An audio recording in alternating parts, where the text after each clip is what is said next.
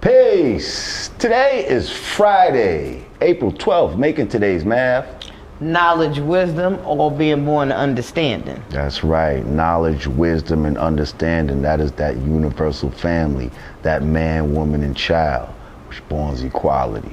Peace to the gods and earths.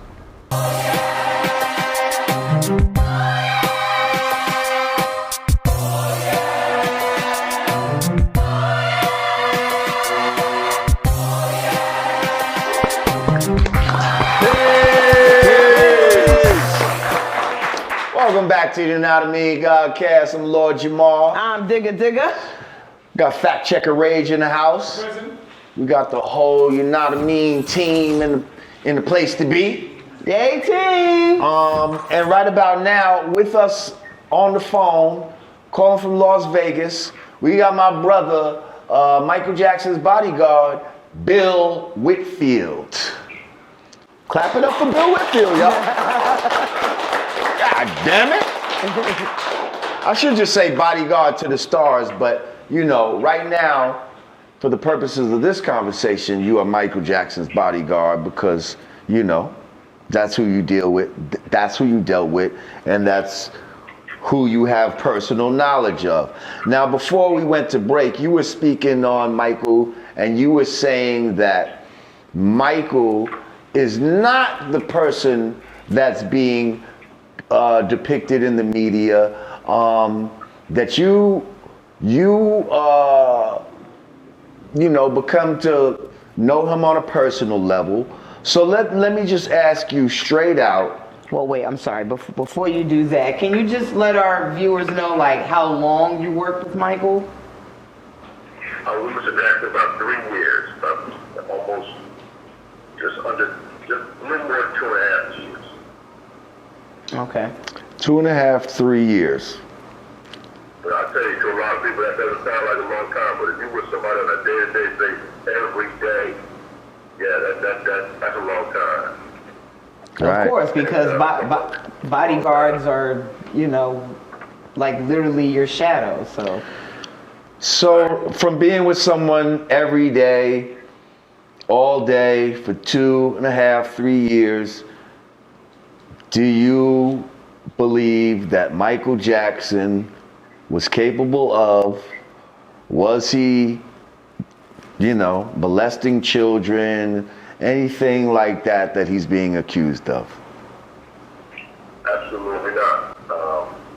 But again, as I said earlier, prior to working for Mr. Jackson, like everyone else, I heard all the tabloid things that he possibly done, being accused of. So, yeah, because I did not personally know him, all I had was a overview of what was being printed out there in the media. And once I've had the opportunity and have been blessed with the opportunity to work with him directly with him, and having got to know him on a personal level, I seen no signs of that. I mean, had I? Oh yeah, there would have been a problem. Okay, it would have been a serious problem. It would have been more than me just walking away. No, if I knew that this man is into doing some inappropriate things to children, we have to check that. We have to approach this. Would you have whooped Micheal Jackson's ass, Bill? Would you have whooped Michael's ass? His ass. They would have read about it in the newspaper. Michael Jackson's bodyguard whooped his ass because he accuses or alleges. Because he walked in and saw him doing some shit to a child. That Mike's career would have been over. Bottom line. There's just no way in hell that I would continue to work around with someone that I knew was even capable of something of such. I've seen that man's heart. That's what, as a man to another man, when you see another brother's heart, and, you get a good idea of who they really are and what they're capable of. Certainly he had his different ways of wanting to be around kids, but I understood that because I was inside the bubble. I understood. So Bill, so you saw him around children though? Oh yeah. Right. Children that weren't his, that he was hanging out with, like palling around with. Palling around, every time I see him with children, it was either at an event.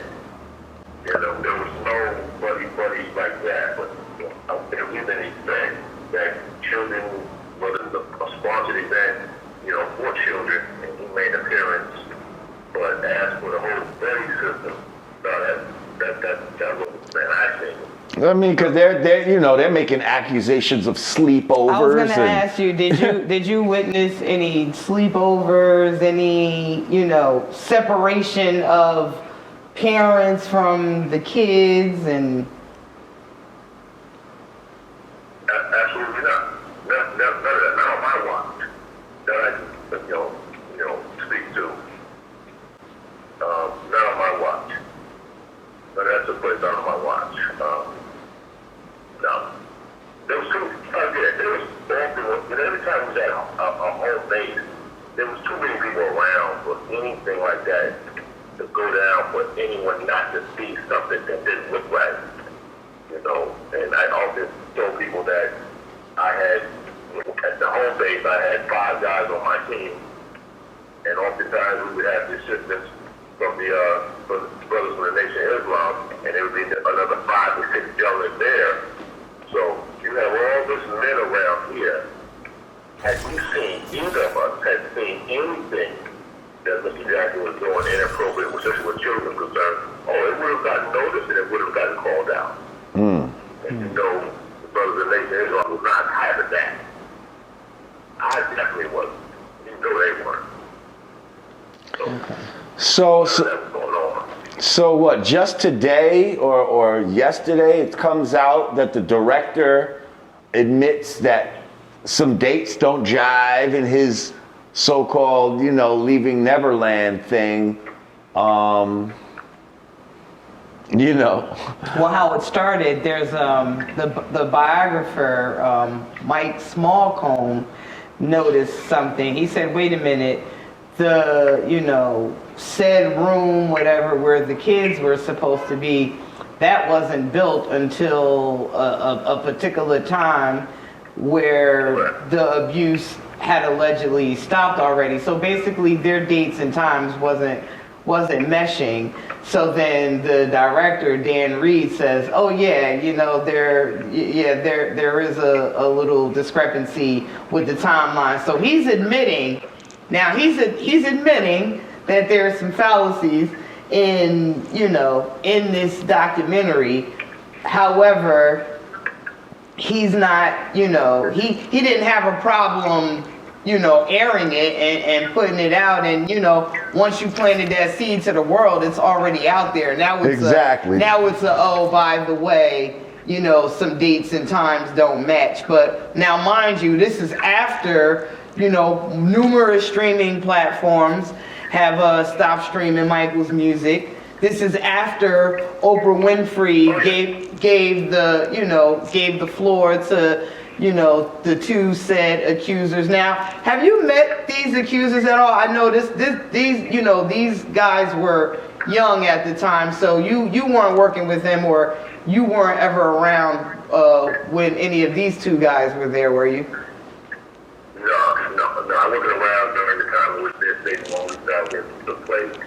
But I was around when I did watch the documentary, and one of the gentlemen said that he had a cookout in Las Vegas with Mr. Jackson in 2008. Listen, I was the head of security. Anybody that was getting coming with an armed listen, that had to go through me. I set up all details. I planned all these. Now, I don't know these gentlemen. I don't know what Dave he's talking about. People talking about, but I've been off or taken off. No, absolutely not. I knew what was going on at all times. That was my client. I couldn't afford to have anything happen to him on my watch. So, it was important that I knew every detail of his plan schedule on a day-to-day basis. These gentlemen never met Mr. Jackson on my watch. I don't know these guys. But there's so much not being told in that documentary that, the guy Wade, he tried out, he wanted the lead role in the Michael Jackson show out here in Las Vegas. When he booked that, he filed a lawsuit. So there's more to it. There's more to these guys' reasons. And for them to get the story as deep as they can detail the way they're giving it, the damage is done. I mean, that's what people outside the bubble hear things like that, you're like, oh my gosh, how could Mr. Jackson, how could he do that? But people such as myself that were inside the bubble that knew him quite well, we're like, we got so full of him. And it's just a shame that finances is the motive for doing such. There's a lot of inaccuracies to their story, dates-wise, horrible. Mr. Jackson didn't speak the way these guys maybe spoke. I mean, he was very street talk. He did not have that. He did not have that. He spoke very, very proper. Often using words which I don't know what the hell he was talking about. You know, it's funny that you even mentioned how he spoke, because I was just going to ask you, did this motherfucker always speak all high like that? Or did he secretly be like, yo, what up, Billy? Yo, why don't you take me to the store? Very low, soft-spoken. So the way we hear Micheal Jackson, hey, Billy, Yeah. that's how he talks all the time. Will you take me to the store, Billy? Very, very soft-spoken. Wow. Very, very soft-spoken. He was so good at, a lot of people, didn't catch this one. He was good at trying to protect his voice. I heard him make that comment. Always wanted to protect his voice. He always kept his neck covered as much as he could, depending on outlet. Grading the team, the honey, which we stacked up on. But he was often into protecting his voice. And I'm thinking that because of that, he was very soft-spoken. That makes sense. Makes all the sense. That makes a lot of sense, actually. Let me ask you, Billy, have you, by any chance, did you ever get a chance to converse with any of these parents, like at any of these gatherings? Would you, did you ever get a chance to just, have a conversation with any of these parents that were bringing their kids to Neverland? One of the parents on the show, I think it's that, I don't know, not the way the other boy sitting there with the boyfriend, I don't know, Safe Chuck or something like that. I think his mother. Yeah, Safe Chuck. James Safe Chuck. That's the one who's being called out right now. Kind of name is Safe Chuck, but anyway. When I first seen that, I said, that one there, him, he's gonna be the first one to break. And he's breaking that. He's gonna be the first. Back to your question, no, I never got a chance to really speak to a parent. Anytime on my watch, Mr. Jackson around kids, it was up to an event. Parents was there, was never no privacy to where he's alone with kids, nothing like that. It was always a joyful event. Everybody's having a good time. A lot of cancer patients, less fortunate kids that he helped out. So we did a lot of that stuff in that, but nothing that would come to question the kind of time we're spending with them. I was just curious to know if, like, any of these parents ever tried to, make chit-chat, small talk with you, and or pick your brain just to try to get some insight and, to the inside of, like, Michael's day, and or if they're behind the scenes plotting the scheme. I'm just curious to know what, like, when you hear these stories, and I'm not saying this to even compare him to R. Kelly. I would never. But when you hear stories about things happening to kids, oftentimes we say to ourselves, well, what the hell are, Where was the parents? Yeah, where's the parents? Like that, that's a common question. That's like really like the first question for me. So I was just curious to know if you've ever gotten a chance to like chit chat with any of these parents and just kind of get a sense of where they at. Okay. On that level, everything really took place around other kids, other things. But I tell you, just to revert back to the whole R. Kelly thing, when I first heard that situation took place, first thing came to my mind, but having been in this business for as long as I have, first thing came to my mind, I immediately blamed everybody around him. You cannot get to your client, you cannot get to the main subject of that 2 to 3 other people are opening the door for you to get to them. So I immediately, so anything was going down like that around Mr. Jackson, I would blame the people he had around him when they was given access to him. And the people, I know people that were on his security team before me. I know people that have been working with him for the past 17 years by his death. I knew them very well. And these were not the kind of individuals that would allow anything like that to take place. So the whole R. Kelly thing, I'm like, there was people, R. Kelly wasn't walking out to these cabs and booking flights. Other people was doing this. So right, at his behest though. If the star, the one that's paying the bills. But it's no matter, there was no matter whether I was working with, I don't care if I was new to the business, whether it was the brand new business or Micheal Jackson, that nobody but tell me that they got to get down with a 14-12-year-old girl. It's not happening. See? What you thinking. But see, you're a person of different morals. You see, you got motherfuckers that actually would work for somebody like that. You know what I mean? And so we can't always place our morals on other people, you know? Right. This is so true. But like I said, I blame, when I say, oh, I'm telling you, I blame the people around him. Y'all allowed the good man. Your man was, we want to, you know, if you want to do that with little Bill, you know, I had to open the door to him for him. Yep. In Julie case, that's the little dream. Everybody's coming out of the fence because everybody thinking these kids that when the hell did this happen? There were too many people around. As big as Neverland was. You know, and that's the date that they're coming up with when the train station wasn't even built. When the guy said he had sex with Mr. Jackson on a train station wasn't built at that time. But he's flipping up in his story. But, you know, again, we know Mr. Jackson on a personal level. Yeah, I can honestly, you know, from what I've seen, what I've gotten to know from him, the type of man he is, and the father he was, no, that was not him. No, not at all. Did he hang around with the kids and find more enjoyment being around young kids?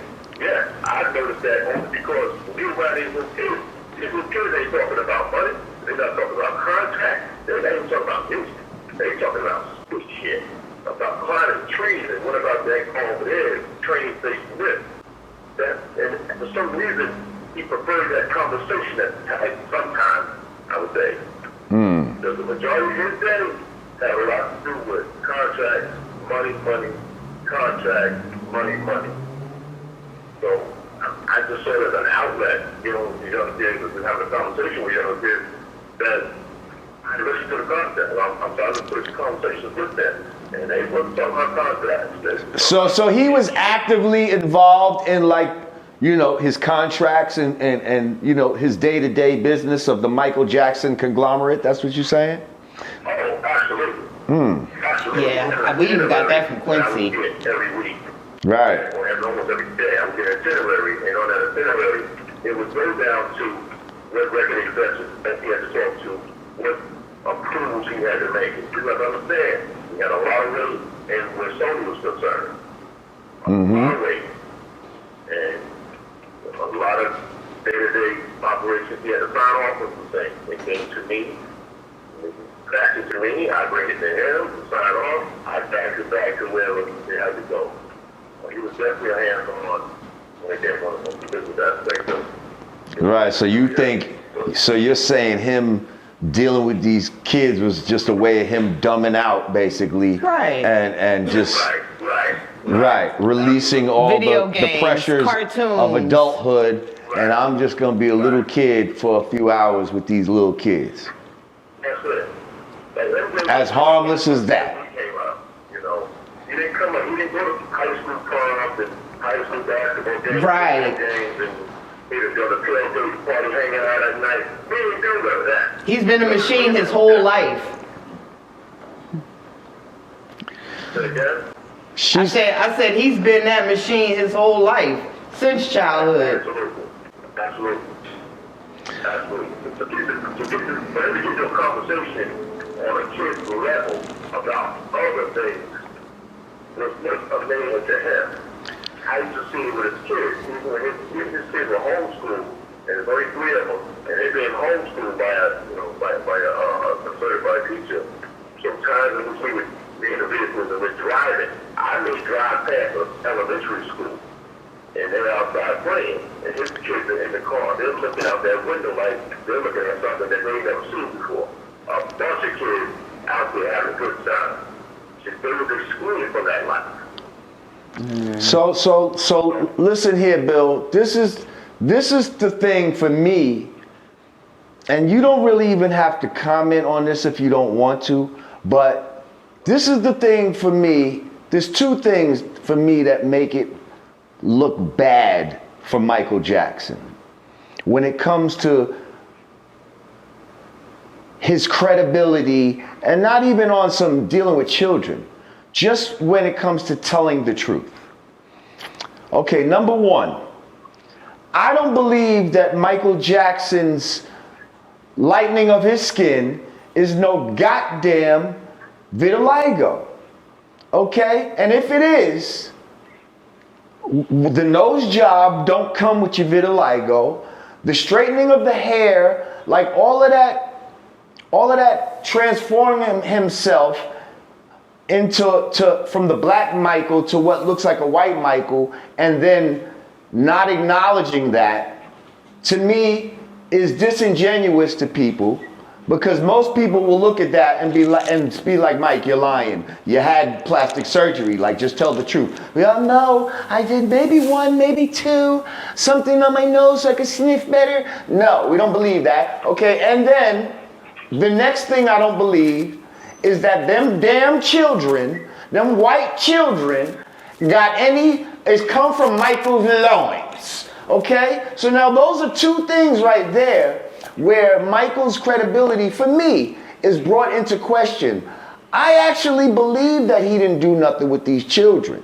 But the fact that he would lie to us about those things makes it look bad for him. Celebrities lie about plastic surgery all the time. Sure they do. I wouldn't. I'm just saying, for me, that's an apple and orange that's a lie. credibility factor. And you can comment on it if you like or not, but for me, that's the only thing that will make him look bad in certain people's eyes. I can only speak on what I the witness personally and direct knowledge of. As for the whole Bill thing, I was told that's what he had. I was told that from personal people directly with him. I have seen him with his shirt off and his skin is very blotchy. You know, it's that pigmentation you would see with some people that have that discoloration of the skin tones. I've seen that, so his whole body didn't look the same as his whole color-wise. Okay. It looked the same in his face and hands. You know, I've seen him use cream or certain cream just to even out the skin tone for the lightness. Right. But I've heard that too. But then that doesn't address the slimming of the nose and then the hair, and it's just to me there's something going on there that's a little deeper. Well, I tell you, I was on he did an interview with someone, and I was in the room when they asked him about his nose, and they asked him when people were saying you have a fake nose, and his immediate response was, what a silly thing to say. He said, of course my nose isn't fake. He said he's had some work done. He said, but I'm an artist. This is what artists do. We change things as we feel fit. We change things as an artist. I mean, I heard him say that. And whatever his reasons were behind change that, I don't know. I just know to say it's common to somebody. Real, and he makes changes to his appearance because he's an artist. Yeah, or he's making changes in his appearance because he has a self-hatred for himself as a black man. Like, let's keep it real. Like, you know what I mean? You have a Nation of Islam background, so you know that someone, just because he's a celebrity, that doesn't make him immune from certain certain trauma and afflictions that many black people suffer. And self-hatred is one of the things that we suffer from as black people. That's what allows us to kill each other. Well, to Michael's. On that note, when you say that, it makes me wonder back to who he was. His level of knowledge is oblivious to our knowledge. He really is. Right. But his personal knowledge through life experience, the things that you and I would encounter just walking down 125th Street, is just different. Mm-hmm. His outlook is different. Yeah, I mean, He might have not even realized what he was doing, but that's what was happening. That's actually what I was gonna say. Mm-hmm. But I mean, I'm sorry. I don't want to talk over you, Bill. I was actually getting ready to say, to Michael's credit, I don't think he's experienced. You know, his black experience isn't the same as our black experience. So not at all. I wouldn't put Not him. at all. I wouldn't necessarily put him in, you know, I wouldn't go to the extreme and say self-hatred, but what is... Why not? Even though his but experience is not the same, that doesn't I was gonna say, but- take away the fact that it's still self-hatred. Okay, but what also is common with just celebrities in general, not even just a Michael. I mean, we can go to people on Love and Hip Hop. It's like once you're in the public eye and the spotlight like that, you start doing things to yourself that you think is going to make you more commercially viable, Right. if you will. And we have to address that as a people. And I guess that is a form of... Yeah, we have to address that as a people. You're enough. You're enough. Okay? You're enough. You don't have to change up. You're good. Once you start getting older, you see all the roles. You're going beautiful to how the you are. younger girls. I love you. Now You're you want beautiful. to get rid of the crow's feet and things. So like, I feel like these are things that like a lot of people in entertainment do. Not, I wouldn't make it like You gotta wrap. specific to Michael, even though like his seem more extreme than. No, it's not specific to him, Than but everybody he was else's, doing but- it, is what I'm saying. No, well, I mean, you know what I'm saying. It's All not. right, listen, we got to wrap up. Yo, Billy, thank you. I appreciate you. Where can people check out your film on YouTube, yeah? Yeah. Still going to get to Searching for Neverland. Searching for Neverland. Check it out, people. My man, Billy Whitfield. Check him out. Bodyguard extraordinaire. We got like 30 seconds left. So, yo, for the Yanadameen Godcast, I'm Lord Jamar. I'm Digga. Peace. Brooklyn's historic The Black Lady Theater is now taking bookings. Host your next birthday party, concert, networking event, baby or bridal shower, wedding, art show, gala, corporate event, live stage play, audition, and so much more. At the one and only The Black Lady Theater. Mention code GODCAST for 15% off your rental fee. Code good for the first time customers only. Valid for a limited time. Call 718-771-0900 to book your event today.